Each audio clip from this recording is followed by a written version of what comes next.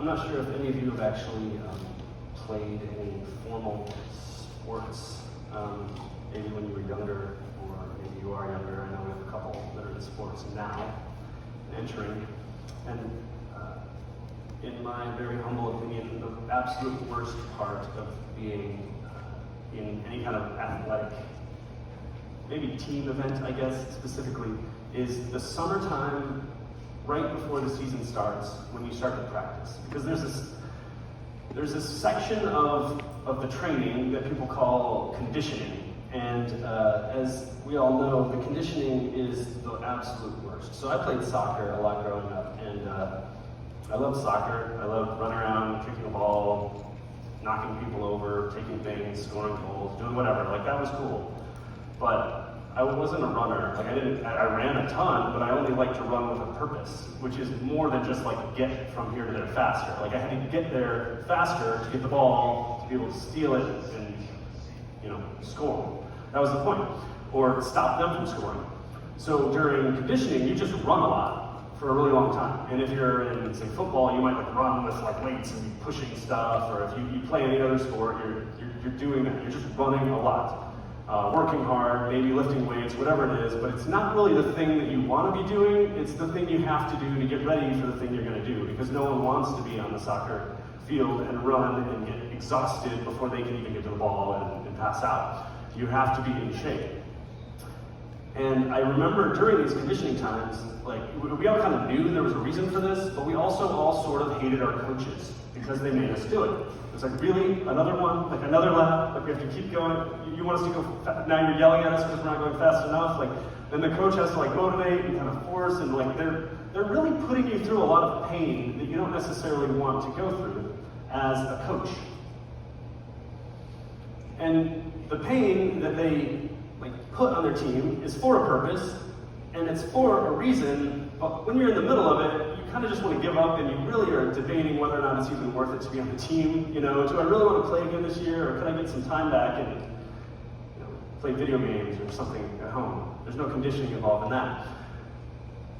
With all of that said, I think the reason I bring this up is because conditioning is an essential part of any sport. And really anything you do, you have to be disciplined enough to work hard at it. And normally in that disciplined part where you're forcing yourself to endure the difficulty because there's some sort of prize at the end, it's not, the pain itself is never fun.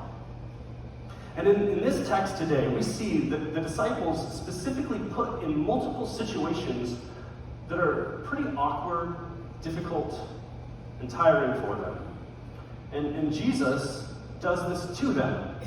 This is something that as I was reading and studying this passage really stuck out to me. In every single one of these situations, if you notice, Jesus does this to his disciples. And Jesus, in this text, he reveals himself as the saving Son of God through the trials that come from people following him. Again, he reveals himself as the saving Son of God through trials caused by people who are trying to be obedient to him. Jesus caused the problems, and then Jesus reveals himself. That's the pattern we see in this text. And so I'm going to break it up into 3 parts. It's probably not the best way to break it up. It's just long, so we got to break it up somewhere. So I'm going to start with the feeding at the first part, so 13 to 21. Then we'll look at him walking, 22 to 27, and then we'll look at him saving, 28 through 36.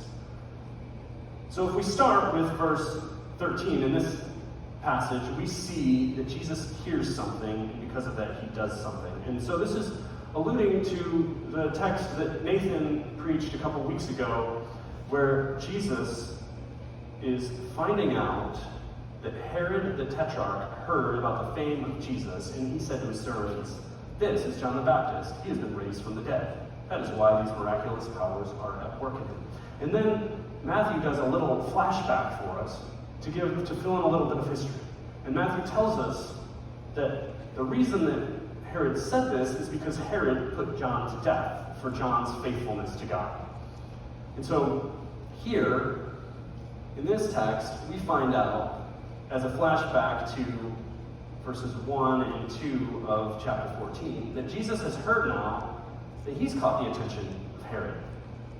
The guy that just killed John, Herod Antipas, finds out about Jesus and thinks, oh no, John's come back from the dead. And so now, as Jesus hears this, that Herod is taking an interest in him, after he's already killed John, Jesus decides he's going to withdraw. So this is kind of a strategic move by Jesus. He knows it's not his time yet, he's not supposed to die yet, and so he's trying to get away. And he decides that he also wants to get away by himself to a desolate place. And what that really just means is a place where there's not any development. He didn't go to a town, he didn't go to a nice little summer resort on the shore of the Sea of Galilee. He was going to find a place where there wasn't anyone around. He wanted some quiet time to think and to pray and to have some peace and to get away from the crowds and all the ministry that he's been doing. But it says that he wants to go alone, and depending on how you read this text or how the translation goes into English, what it really just means is that he's trying to get to some place that's isolated by himself. He's not necessarily by himself, his disciples are with him in the boat, but he wants to get to a place where he can be alone. But the problem with this is that Jesus is a famous guy, and people love him, and they really want him and what he has to offer them in terms of miracles and teachings and healings and everything like that. So as soon as Jesus decides he's going to have a little bit of a retreat to get away from the potential threat of Herod and to go and to see a little different area where he can pray and consider what's next for his ministry, as he's trying to do that, the crowds catch wind of it. They see him, and they start following him. And what you need to know, I guess, and I'll tell you this now, is that this entire, if the Sea of Galilee is like a big kind of circular thing that's pretty good size, you know. All of these stories happen like right around the little top north ring of it. So he's not going across it. The people aren't running all the way around this. They're going maybe 4 to 5 miles in any direction along the shoreline in this story. And so the people who are in his hometown in, you know, Capernaum and those areas where he's been doing most of his ministry, because he's no longer in Nazareth at this point, they find out, and so they just migrate along the shore to follow him. Maybe 4 or 5 mile walk along the shore and then catch him when he gets off the boat. So, of course, Jesus, wanting to escape, sees this crowd. And we are told, when they come to him on foot, it's a huge crowd, but he has compassion on them. In verse 14, which is amazing. He's trying to get away. He's trying to go on a retreat, and the people follow him. And yet Jesus has compassion. And we're told that, and this is an echo of what we were told earlier, that Jesus has compassion on the crowds because he sees them harassed and helpless like sheep without a shepherd. Jesus cared about these people.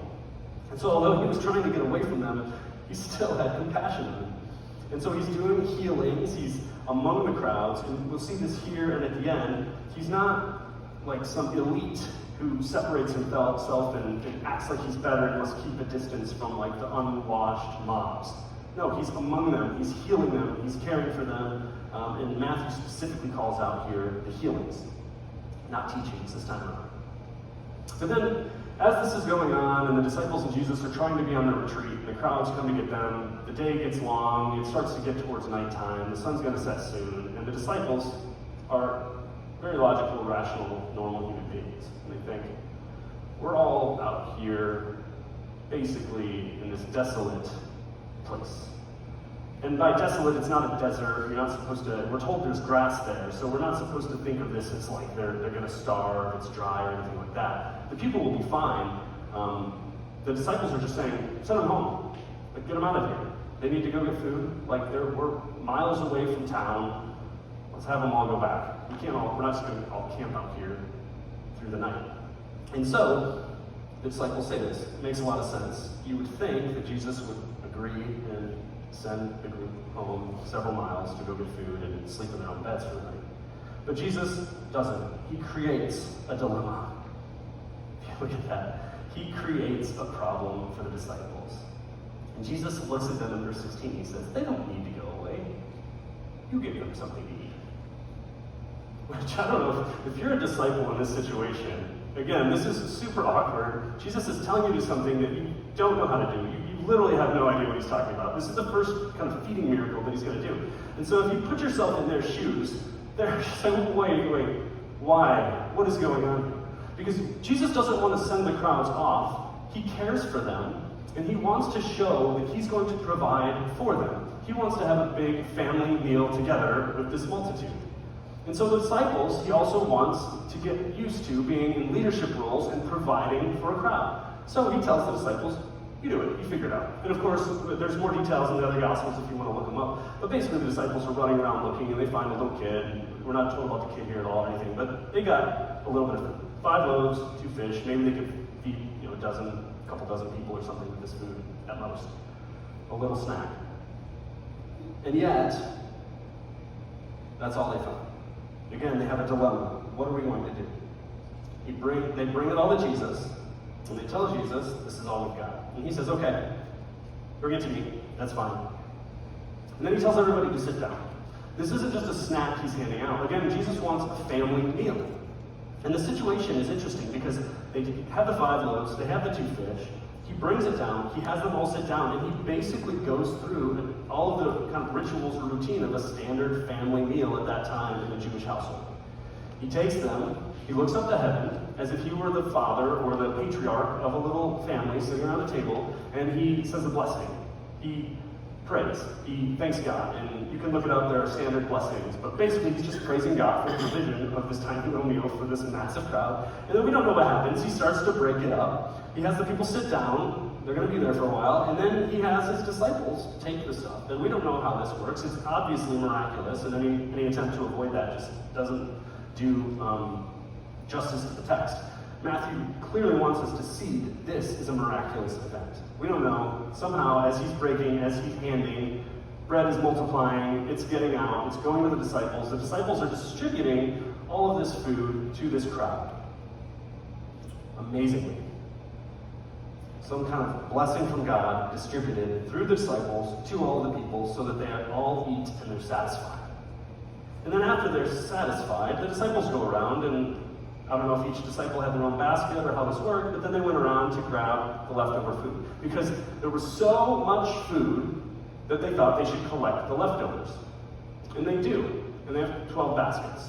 For the 12 disciples, 12 baskets representing the 12 tribes of Israel. And I don't think this is an accident. 12 is a very important symbolic number in the Bible. 12 is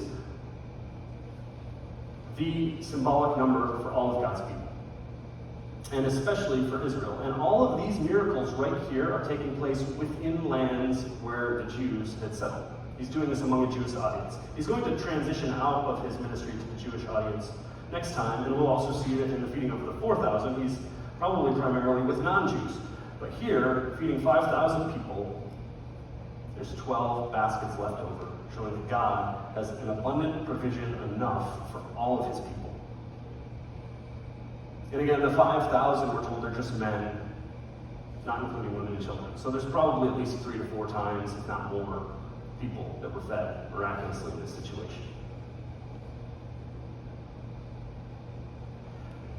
Now, if you were a Jew at this time, if you're a reader of Matthew's Gospel at this time, this happens. It's miraculous. It's amazing. But not only that, but it would make you start thinking. It would remind you of other things that God has done in the past. And you would remember that when God's people were in the wilderness and didn't have enough food, God provided them. He gave them manna. He brought birds and everything in, and the people were fed in the wilderness. So Jesus does this in person, this event, this miracle as a sign. The fact that there are 12 left over is a sign. The fact that there are a bunch of people being fed divinely, miraculously, in a place where they can't buy food is a sign that God himself has come to prepare for his people. So we saw that again in Exodus chapter 16. I don't need to go back and read it, but most of us know this story. God brought his people out of Egypt. They were in a desolate place. They had no chance for food. The water was running out, and he provided. God provides for his people, and here Jesus, as God, provides for his people. And then there's also another story that's kind of similar to this in the book of 2 Kings, chapter 4, where Elisha, the prophet, did a similar thing. And if you are a Jew at this time, you would also know that there were promises from God to do this sort of thing again in the future.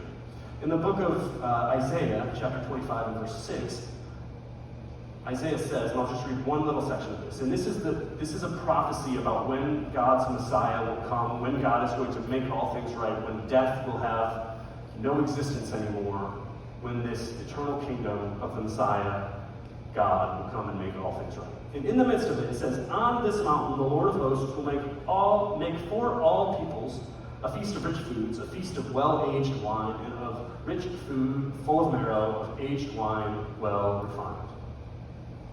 God's seating his people and feeding them as a way to point back to what God has done through Moses and through God's power in the wilderness, what he's doing now through Jesus, and then pointing forward to what God is going to do in the end through Jesus, this Messiah, for all of his people. And the other thing I want to mention here today, and again, this is God's doing and not mine, is that we are going to participate in communion, in the Lord's Supper today. And John's Gospel uses this, and even here in Matthew, if you read this, the same language, this language of Jesus taking the bread, looking up to heaven, blessing it, breaking it, these combination of words and actions only really happen a few times in the Bible. And in the New Testament, when those things happen, it's either on the road to Emmaus, when people recognize Jesus as God, or when he's at his final meal with the disciples, and he says, do this in remembrance of me. And so what we're doing today is a reminder of what Jesus did here, and also looking forward to what Jesus does in the future. That God spiritually provides for his people, and he does that through his Son, this saving Son, who's revealing himself through this crazy situation in the desert where the disciples are put in a dilemma that they can't manage on their own. And he wants the people to share the meal together to show their union under God as God's family. And that's exactly what we do when we participate in communion. And we all look forward to this future meal in Isaiah 25, where Jesus will perfectly provide for and perfectly satisfy his people. So there we go. We've got the feeding behind us. But Jesus continues on with this. So immediately after this story, right when this happens, we're told in other Gospels that some crazy stuff unfolds as soon as this happens. In John's Gospel, we're told that immediately. And so Jesus, right after feeding the disciples, look at this in verse 22. I'll just read it. He says, immediately he made the disciples get into the boat and go before him to the other side while he dismissed the crowds. And after he had dismissed the crowds, he went up on the mountain by himself. When evening came, he was there alone, but the boat by this time was a long way from the land, beaten by the waves, for the wind was against them. And in the fourth watch of the night, he came to them walking on the sea.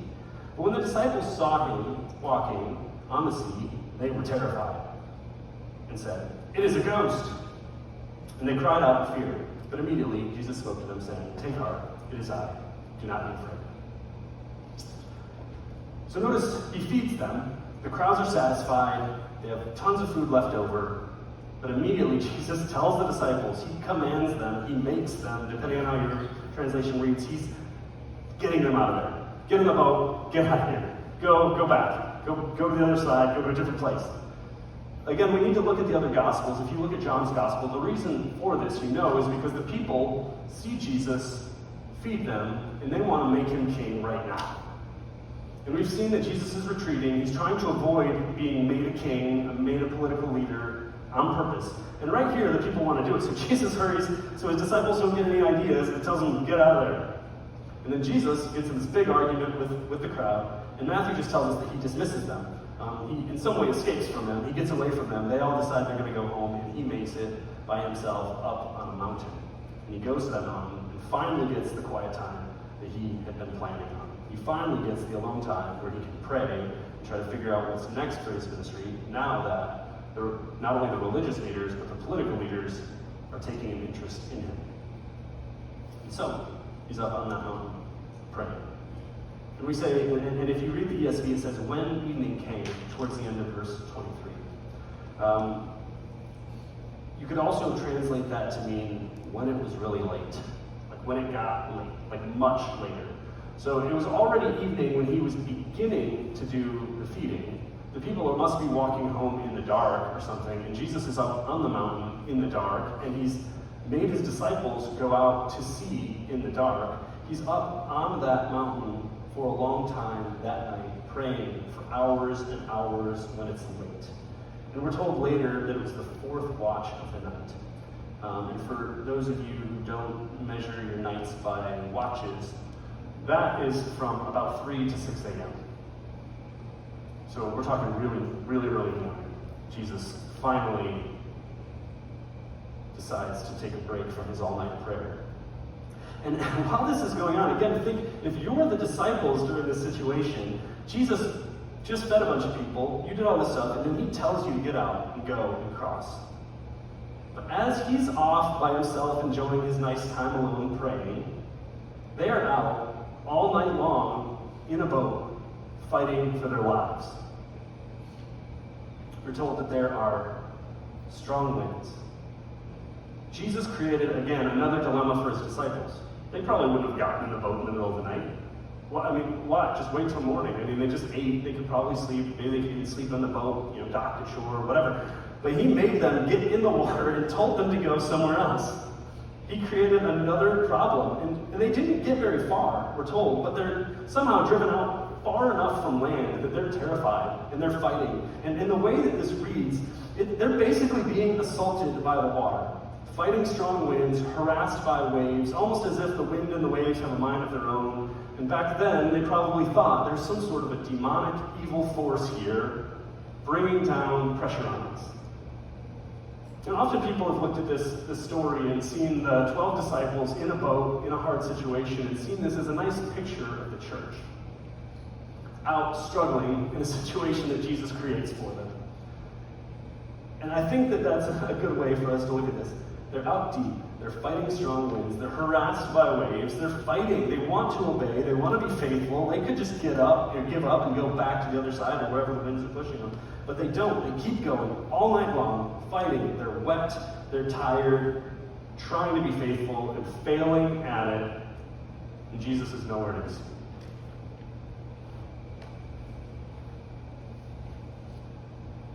And I wonder if we can often relate to this one as well.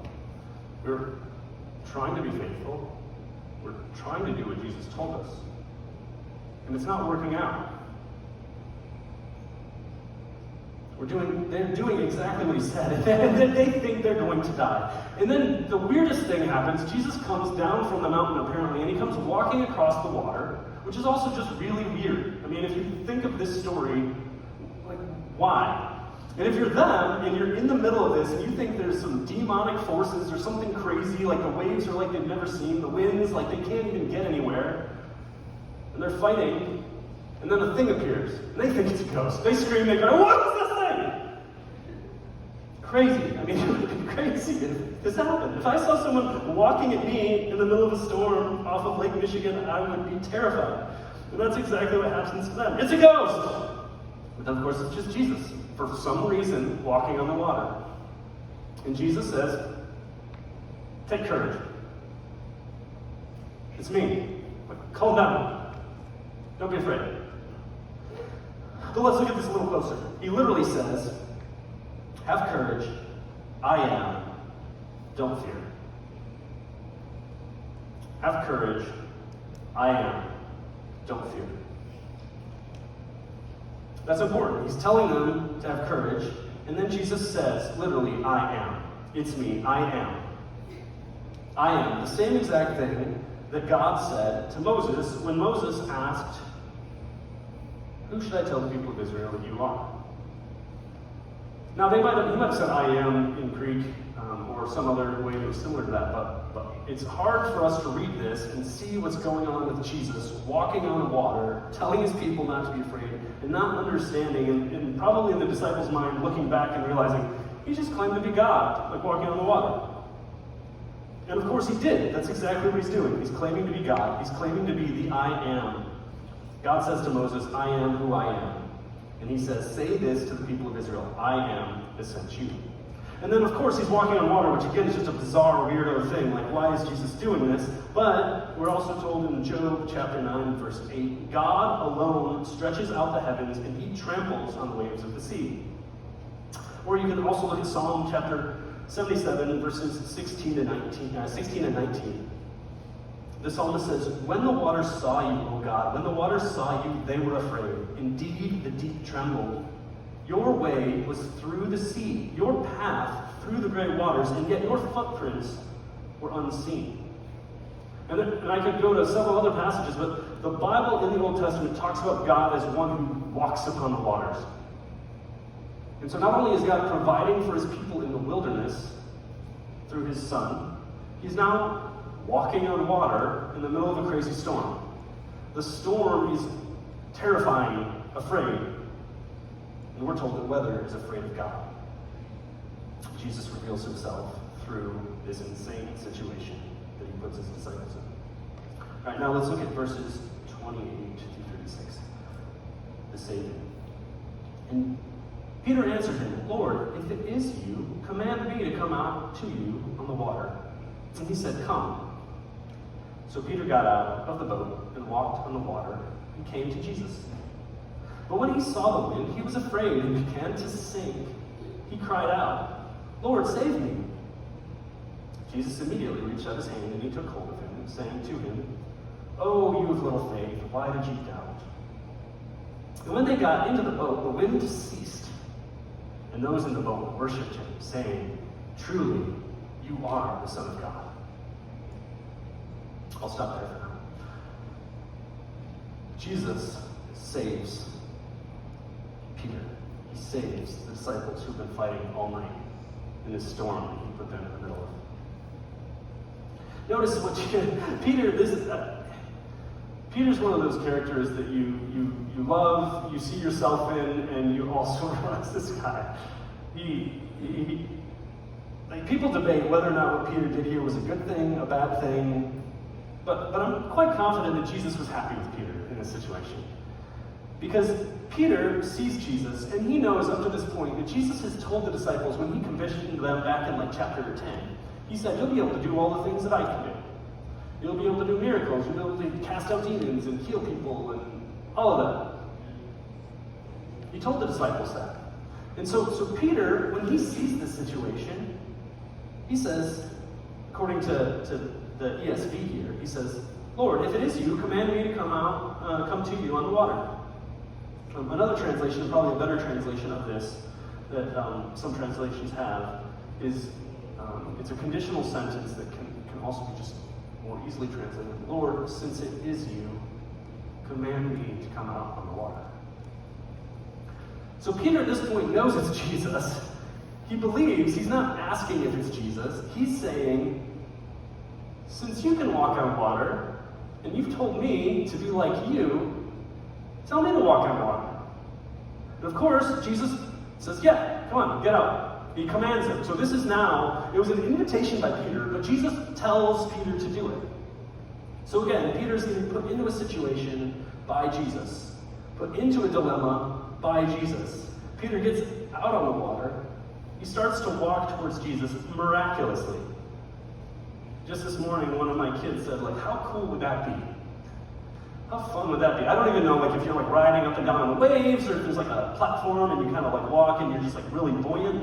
I can't even imagine what this would be like. It's like a trampoline and you're kind of flopping around on it and you gotta, I don't know. But anyway, Peter gets out on the water and he's walking towards Jesus. He's doing what Jesus told him. He's obeying Jesus. And then he gets distracted. And he looks around in the middle of the situation, trying to obey Jesus. And he looks at, the passage tells us specifically the wind. I don't know, it must have been crazy winds or something. I would have been more worried about the waves. But he sees the wind. Maybe the wind blowing the water or something, I don't know. And the wind terrifies him. He stops looking at Jesus. He stops approaching Jesus. He starts to sink. He's afraid. His attention is divided, no longer focusing on Jesus alone, but on everything around him. He ends up in a situation where he's sinking. And he's terrified, and he does one of the best things you can do in a situation like that. He yells, Lord, save me. Lord, save me.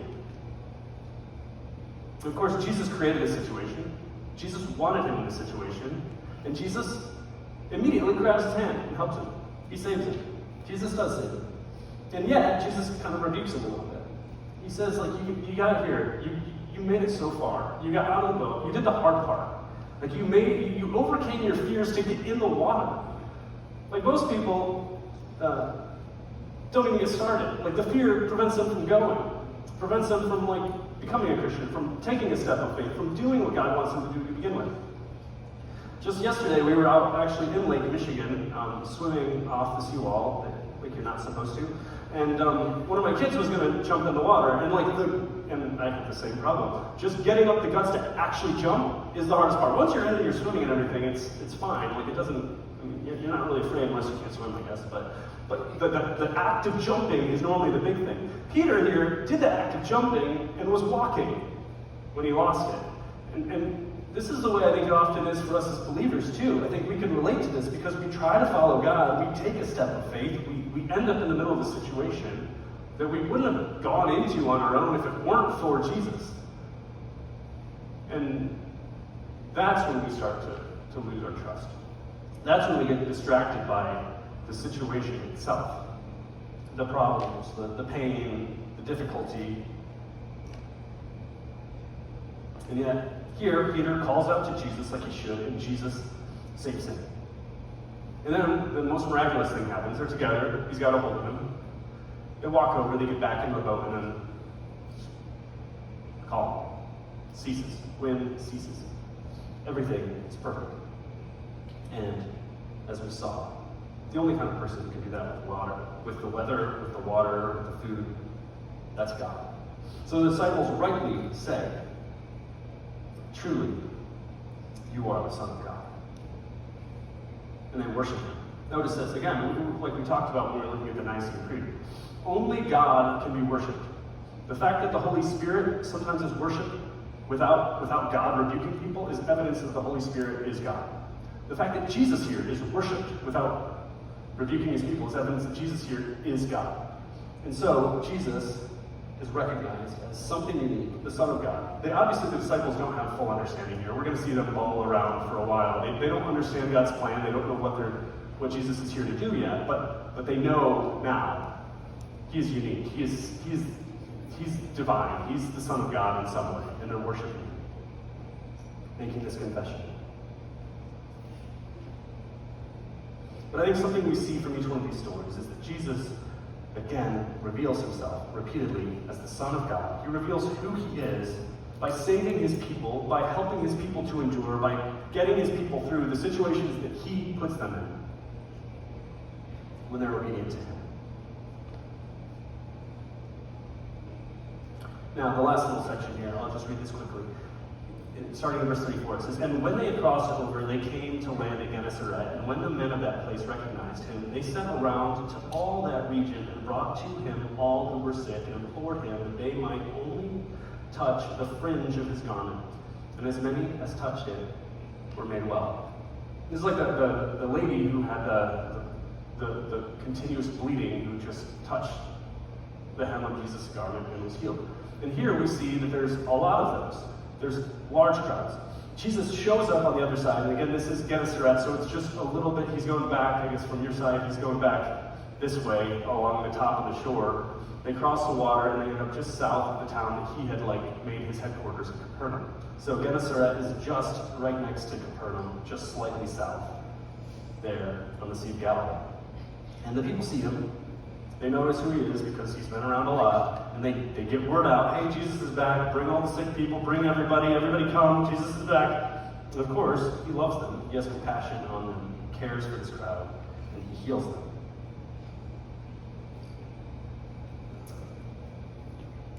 But even the people who have just a little bit of faith, who just want to get close enough, who just want to touch him, are healed.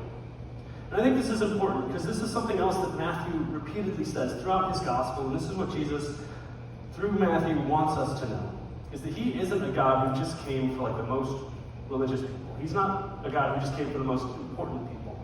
If you look at this story, just the stories we saw today, he hung out with crowds.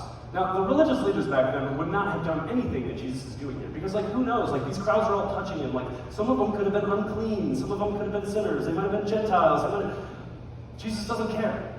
All those people, they care who touches them. They care who's around them. They're too good for certain people. But Jesus isn't like that. Jesus lets the whole crowd come. He feeds the whole crowd. He lets the whole crowd touch him. Sick, not sick. Diseases that would generally make you unclean. Jesus is fine with that. Notice he also feeds men. We saw 5,000 of them. But then, specifically, women and children. God takes care of all people, the whole family, everyone. And then he even cares about his leaders in Peter when he saves him. Whether you're the lowest child or one of his lieutenants that he's training to lead his church, Jesus cares. And he heals. And his grace, Jesus' grace, is available to anyone. Big, small, important, not important, by human standards. Jesus takes care of it. He cares, he loves, he heals. So what do we learn from this passage? I think if we look at each one of these, the same pattern is true. Jesus loves people. He heals people. He cares for people. He started this text by caring for the people that came to him when he wanted to be by himself.